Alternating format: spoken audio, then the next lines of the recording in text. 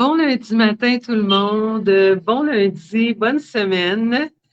On est déjà rendu à la 14e journée du défi J'aime mes seins. Donc, vous savez que j'ai lancé ce défi pour vous partager beaucoup d'informations qui nous permet de prévenir le cancer du sein qui est encore la forme de cancer qui touche le plus de femmes et puis qui est toujours parmi les principales causes de décès, non seulement au Canada, mais dans plusieurs pays industrialisés. Et pourtant, il y a tellement, tellement de choses qu'on peut faire du point de vue naturel, du point de vue de la naturopathie pour prévenir ce cancer et le cas échéant, éviter les rechutes. Alors, je vous en ai donné déjà 13 différentes et l'idée, c'est évidemment d'optimiser nos chances en appliquant le plus possible ces différentes recommandations. C'est sûr qu'en consultation, on peut déterminer quelles recommandations parmi toutes celles que je vais vous partager sont les plus appropriées pour vous en fonction de votre historique, en fonction de votre génétique, en fonction de ce qu'on appelle en réalité votre individualité biochimique. Parce que mettre 31 recommandations en application, c'est pas toujours évident à chaque jour de notre vie, mais quand même, il y a des points qui seront particulièrement importants de privilégier selon qui vous êtes.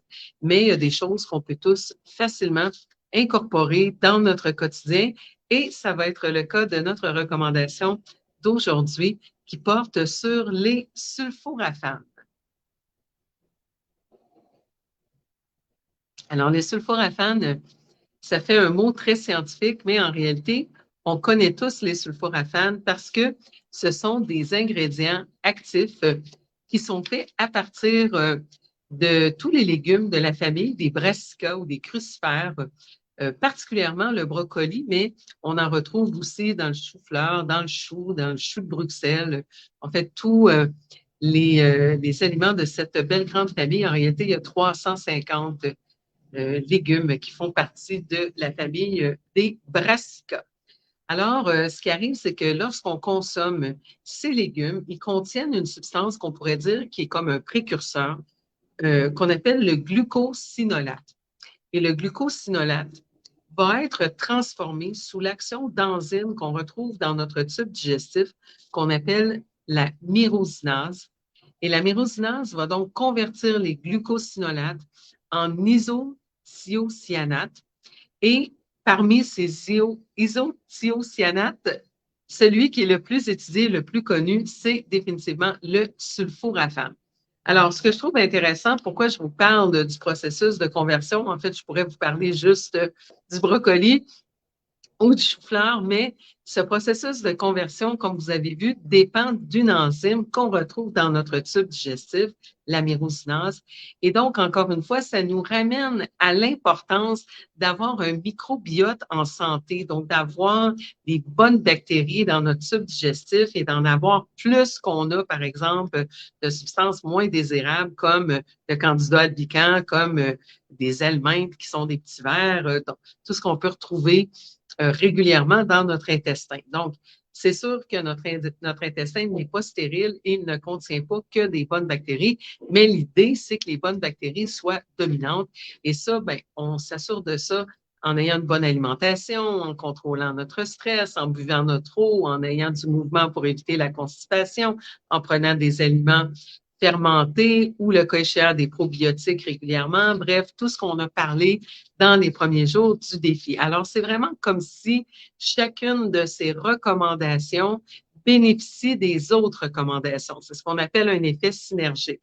Donc, c'est que la somme des recommandations est encore plus puissante que chacune des recommandations isolées. Parce que quand bien même vous mangerez du brocoli toute la journée, si vous avez une flore intestinale ou un microbiote dans un état catastrophique, eh bien, votre myrosinase ne sera pas très active pour pouvoir faire le travail de conversion des précurseurs, les glucosinolates dans leur forme active, en fait, que sont les isothiocyanates ou sulforaphanes.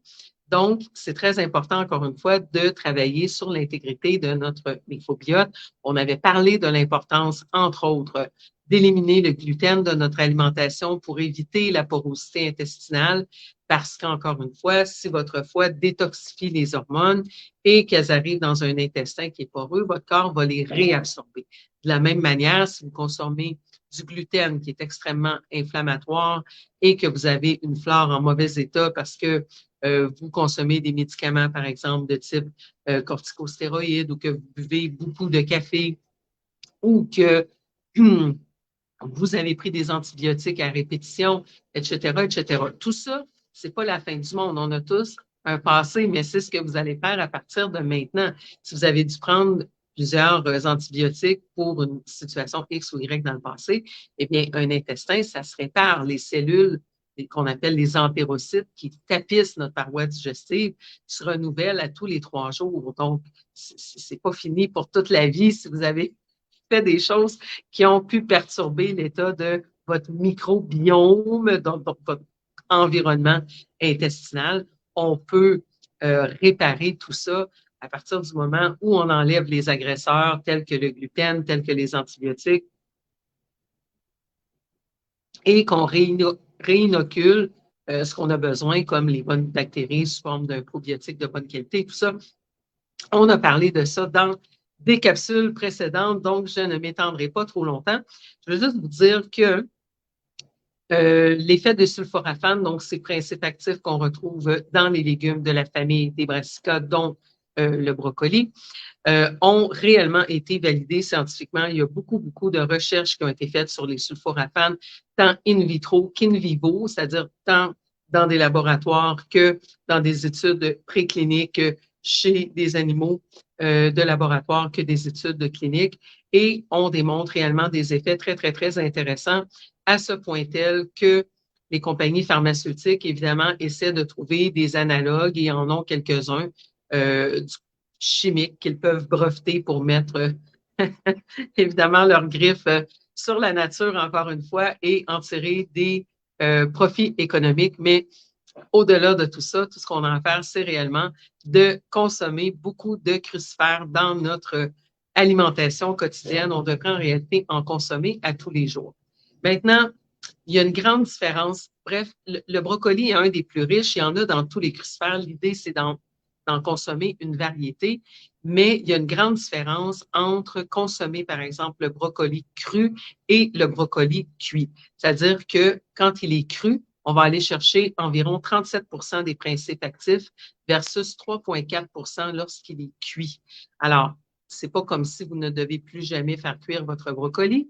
Vous allez en chercher une petite quantité et encore une fois, c'est l'effet synergique de tout ça qui est important. Donc, si vous en consommez cuit avec d'autres crucifères et que vous en consommez régulièrement, ça va être intéressant. Mais si vous pouvez en mettre, par exemple, dans vos juvères. Mais là, faites attention parce que n'oubliez pas que ces légumes-là ont une saveur et une odeur soufrée. Donc, si vous commencez à en mettre trop dans vos juvères, vous allez trouver que le juvère sent juste le soufre et goûte juste le soufre. Donc, il faut y aller progressivement. Personnellement, je trouve que c'est plus facile de le consommer cru, par exemple, avec une trempette santé, que d'essayer de le mettre dans le jus. Mais vous faites comme vous le sentez, vous pouvez en mettre une petite quantité camouflée dans le jus vert pour pas que ça sente trop et que ça goûte trop. Et tranquillement, vous augmentez et vous en consommez aussi cru avec des trempettes. C'est une bonne idée. Et la façon d'y arriver, elle n'est pas compliquée, hein? C'est de le préparer. Si vous ne le préparez pas d'avance, ça va rester dans votre frigo. Éventuellement, vous allez vous faire une crème de brocoli. Mais si vous les avez déjà nettoyés et que vous les avez apprêtés, il y a plus de chances de les consommer. La même chose au niveau des enfants. Vous préparez les crudités d'avance. Quand ils arrivent de l'école, ils trouvent le plat de crudité. Vous savez que les enfants, souvent, ils arrivent, mettent la main sur la porte du frigo, mais s'il y a déjà une belle assiette de crudité de préparer, il y a plus de chances qu'ils vont être attirés vers la crudité qui est déjà prête. Alors, c'est une bonne façon de les incorporer. Et également, on peut les prendre sous forme de suppléments. Il y a des suppléments de DIM, DIM, et il y a des suppléments d'indole 3-carbinol, I3C.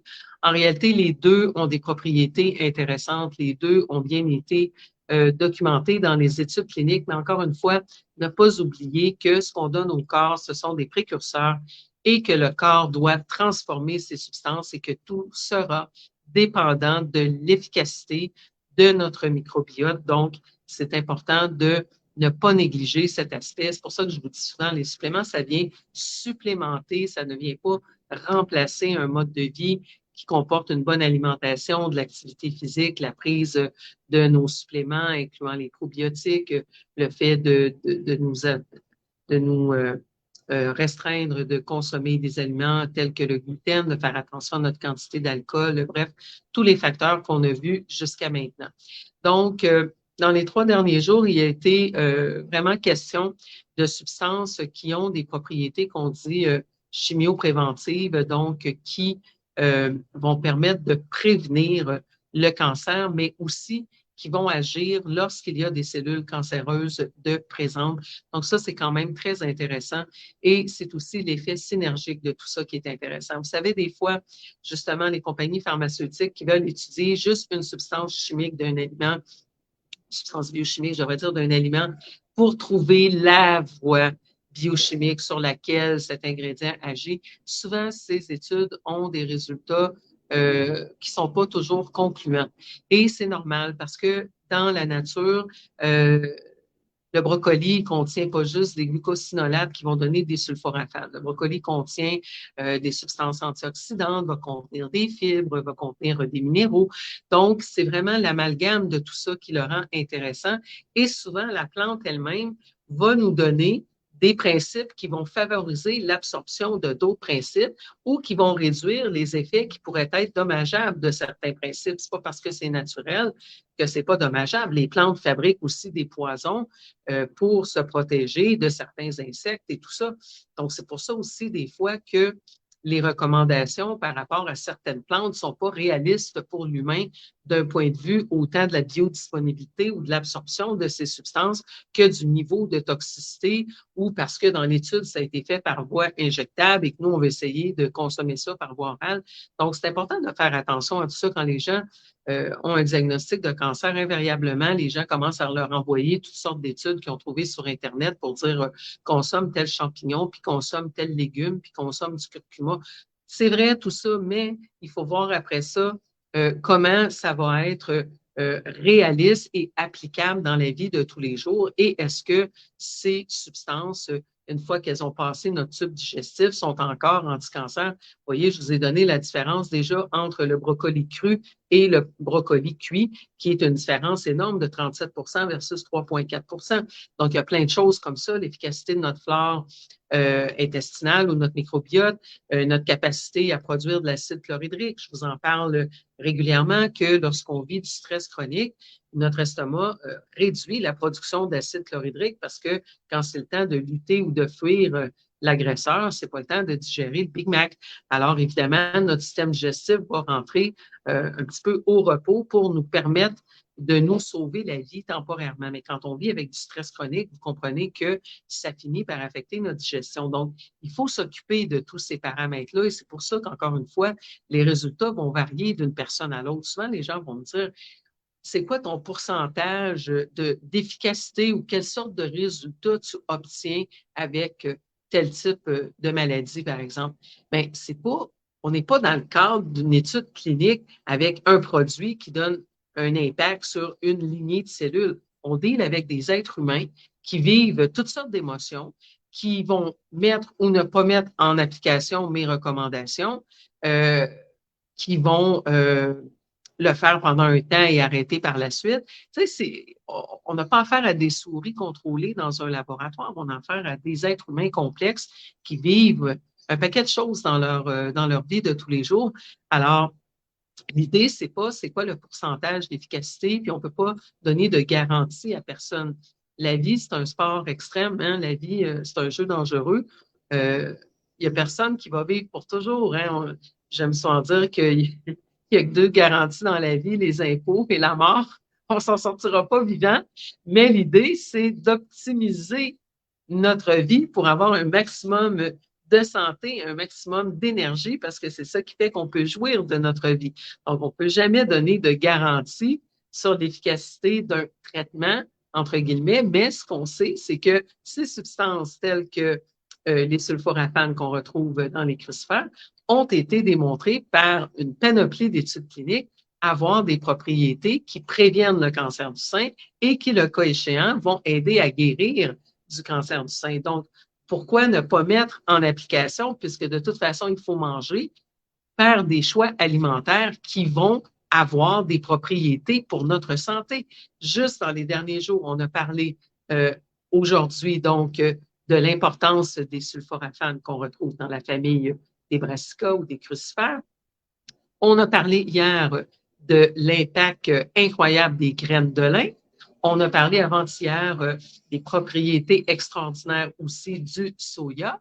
Donc, juste en ces 3 journées, si vous additionnez les pourcentages de réduction de risque de cancer du sein avec chacun des ingrédients, on est presque rendu à 100%. Et vous ajoutez à ça réduire l'alcool, pratiquer une activité physique, gérer le stress, boire de l'eau, prendre votre complexe de vitamine B, réduire les aliments qui contiennent des pesticides, etc., etc., vous comprenez que vous allez avoir un impact majeur, non seulement au niveau de la réduction du risque de cancer du sein, mais de la majorité des maladies, puisque tout ce qu'on fait pour détoxifier nos estrogènes dans notre foie et s'assurer qu'ils sont acheminés vers l'extérieur de notre organisme parce que notre tube digestif est en santé, ça va être vrai pour un paquet de substances chimiques auxquelles on est exposé et qui sont aussi cancérigènes. Donc, tout ce qu'on fait réellement pour protéger la santé de nos seins, c'est protéger non seulement notre équilibre hormonal, mais notre santé de manière globale. Et ce sont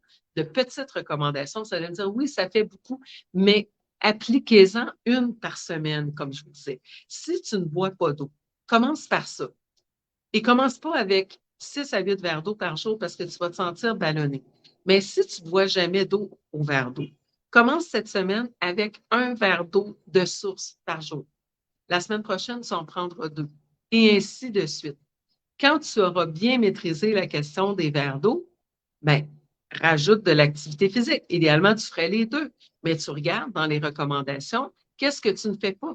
Peut-être que des graines de lin, tu ne savais pas trop quoi faire avec, puis si vraiment ça fonctionnait, mais tu fais déjà de l'activité physique, tu bois déjà ton eau, tu prends des probiotiques régulièrement, tu prends ta vitamine D, bien, commence avec les graines de lin cette semaine. Tu procures tes graines de lin et tu regardes des petites recettes dans lesquelles tu peux incorporer tes graines de lin. Tu as commencé à faire du pain sans gluten, rajoute des graines de lin dans ta recette. Tu peux en mettre à peu près partout. Tu peux en mettre dans ton yogourt, que ton yogourt soit à base de produits laitiers ou qu'il soit à base de coco ou peu importe, ou de soya. Tu peux rajouter tes graines de lin à l'intérieur. Tu peux les prendre moulues, tu peux les prendre entières. Donc, il y a plein de façons de les incorporer. Et il faut vraiment voir ça comme une aventure. Il faut voir qu'on nous donne des clés qui nous permettent d'améliorer notre santé sans toujours dépendre d'un paquet de suppléments. Oui, il y a des suppléments qui sont nécessaires et dans ces cas-là, je vous les mentionne. Mais il y a plein de choses déjà qu'on peut faire pour optimiser notre santé et en sachant que ces choses ont été validées scientifiquement, que tout ce qu'on a à faire, c'est trouver les moyens de les incorporer dans notre vie et à un moment donné, ça ouvre nos horizons, ça nous permet de varier nos recettes et d'avoir un petit côté qui fait appel à notre créativité dans notre vie de tous les jours. Alors, en particulier, la revue de la littérature que j'ai trouvée la plus intéressante concernant les sulforaphanes, c'est une revue qui a été publiée dans la revue Nutrients en juin 2020. Donc, c'est quand même une méta-analyse qui est récente, qui fait donc le tour de plusieurs autres études cliniques. Donc, c'est toujours intéressant de se remettre régulièrement dans la littérature pour voir qu'est-ce qui a été trouvé depuis qu'on avait regardé tout ça. Donc, c'est pour ça que j'ai voulu faire le défi pour devoir me replonger dans toutes ces différentes études entourant chacun des points que je vous apporte durant tout le mois d'octobre. Si vous êtes inscrit au défi détox, vous avez le lien dans l'entête du live. Je vais envoyer quelques fois. Mon objectif, c'était de le faire une fois par semaine. J'ai déjà dépassé. Il y a beaucoup de choses pour moi en ce moment, mais c'est sûr qu'à un moment donné, vous allez recevoir un courriel avec tous les liens de tous les vidéos, toutes les capsules vidéo et les petites vignettes que je prépare. Et dans chacune des vignettes, je mets un lien pour une étude clinique qui valide ce que je vous dis dans la capsule vidéo. Profitez-en. Pour le moment, c'est gratuit. Je l'ai fait vraiment pour le plaisir de vous partager des informations durant ce mois d'octobre. Éventuellement, je vais en faire un programme que je vendrai. Donc, profitez-en pour vous inscrire gratuitement. J'ai déjà dépassé le sans inscription et c'est un moyen pour moi aussi d'obtenir vos adresses courriels. Vous savez qu'on est régulièrement censuré sur les médias sociaux. Donc, c'est important de commencer à monter des banques de courriels pour être sûr de rester en contact si on doit se déplacer vers d'autres plateformes. Alors, c'est un moyen pour moi de récupérer aussi vos adresses courriels. Donc, qu'est-ce qu'on fait? Eh bien, on inclut les crucifères dans notre alimentation. Une excellente, vraiment excellente façon de le faire, c'est via les germinaisons aussi. Vous savez qu'une tasse de germinaison de brocoli est équivalent à environ 50 kilos de brocoli cru. Donc, c'est une méga concentration de principes actifs dans les pousses de brocoli et vous pouvez même apprendre à fabriquer vos pousses. C'est pas rien de compliqué et c'est très plaisant, surtout si vous avez des enfants, de jouer comme ça avec le vivant. C'est une manière de leur enseigner une forme d'autonomie alimentaire, mais aussi d'économiser sur les suppléments et d'économiser sur les aliments. Donc, vous pouvez fabriquer vos propres pousses de brocoli, sinon vous vous les procurez. Et encore là, il faut trouver des moyens créatifs d'incorporer les pousses dans notre alimentation. Personnellement, les pousses, je les mets dans le jus. Donc, on inclut les pousses dans nos jus verts. C'est un bon moyen d'aller chercher nos sulforaphanes. Évidemment, le cas échéant, on peut aussi avoir recours aux suppléments. Un qui est très bien, parce qu'on peut trouver des suppléments de DIM, diindolméthane, ou des suppléments d'I3C, indole 3-carbinol, qui sont des dérivés, donc des sulforaphanes. Et il y a des produits qui incluent différentes substances qui vont favoriser la détoxification des estrogènes. C'est le cas, par exemple, du produit Estro Adapt de la compagnie AOR. Je vous l'ai mis dans l'entête. Vous savez que vous pouvez toujours commander vos produits chez Énergie PLP. Ça vous arrive directement à votre porte. Et avec le code CDUMA10, vous avez un 10 de rabais sur vos produits. Mais les produits AOR se retrouvent dans tous les grands et les bons magasins de suppléments nutritionnels. Mais il y a plusieurs marques qui en font sous forme, comme je disais, d'I3C ou de DIM. J'aime bien la combinaison d'AOR parce que ça contient entre autres le calcium déglucarate dont on a parlé une autre journée, qui travaille au niveau de la flore intestinale aussi. Donc, il y a différentes options. Je vous en recommande un. Vous savez que je ne vends pas directement de suppléments nutritionnels. C'est simplement que ça évite que tout le monde m'écrive pour me dire qu'est-ce que tu penses de tel supplément, qu'est-ce que tu penses de tel supplément. Alors, c'est une bonne option en termes de suppléments qui contiennent des sulforaphanes. Si, par exemple, vous me dites, moi, je suis absolument incapable de consommer ces légumes, le goût du soufre ou encore, justement, le soufre, ça ne passe pas au niveau de mon foie, j'ai des rapports. Mais si vous avez, justement, de la difficulté à digérer tout ce qui contient du soufre, comme l'ail, les oignons, le brocoli, le chou-fleur, ça veut dire que cette voie qu'on appelle la sulfation dans votre foie est bloquée, est très au ralenti. Alors, l'idée, ce n'est pas d'éviter ces substances, c'est au contraire d'en consommer, mais de commencer avec des petites doses et d'augmenter progressivement.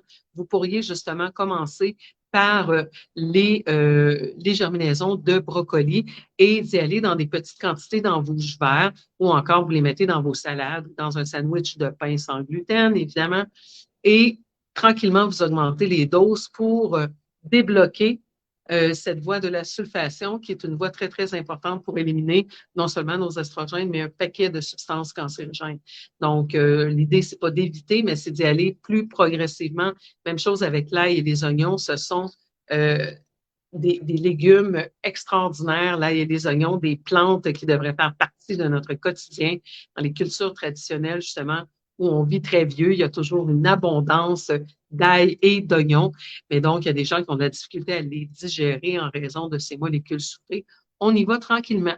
On y va tranquillement et on augmente progressivement jusqu'à pouvoir en consommer de bonnes quantités.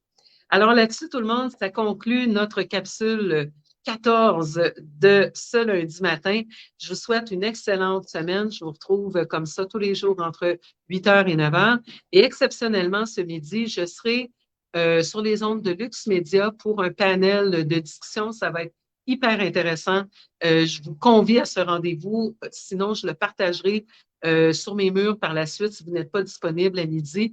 Mais on va parler de ces règlements entourant l'industrie des produits naturels. Vous savez que depuis le 22 juin dernier, Santé Canada a émis de nouveaux règlements qui vont restreindre de manière incroyable l'accès aux produits de santé naturels. On a heureusement un excellent avocat qui travaille sur ce dossier, des associations très présentes dans l'Ouest, un peu moins dans l'Est du Canada, mais on essaie de pallier à ça justement en informant la population en français sur les ondes de Lux Média ce midi. Ne manquez pas ça. Et le cas échéant, je vous partagerai les liens, mais vous devez vous impliquer parce que sinon, on va perdre l'accès aux produits de santé naturels au Canada. Vous savez qu'on veut nous amener dans cet entonnoir d'identité numérique, d'injection forcée avec un passeport de santé qui fera partie de notre identité numérique et on élimine toute compétition. Alors, tout ce qui est produits naturels va prendre le bord définitivement si vous ne vous impliquez pas. Donc, je serai là pour en parler ce midi à Lux Média avec d'autres spécialistes et ça promet d'être une émission très, très intéressante. Alors, je vous retrouve demain matin, tout le monde. Ciao, ciao, bonne journée.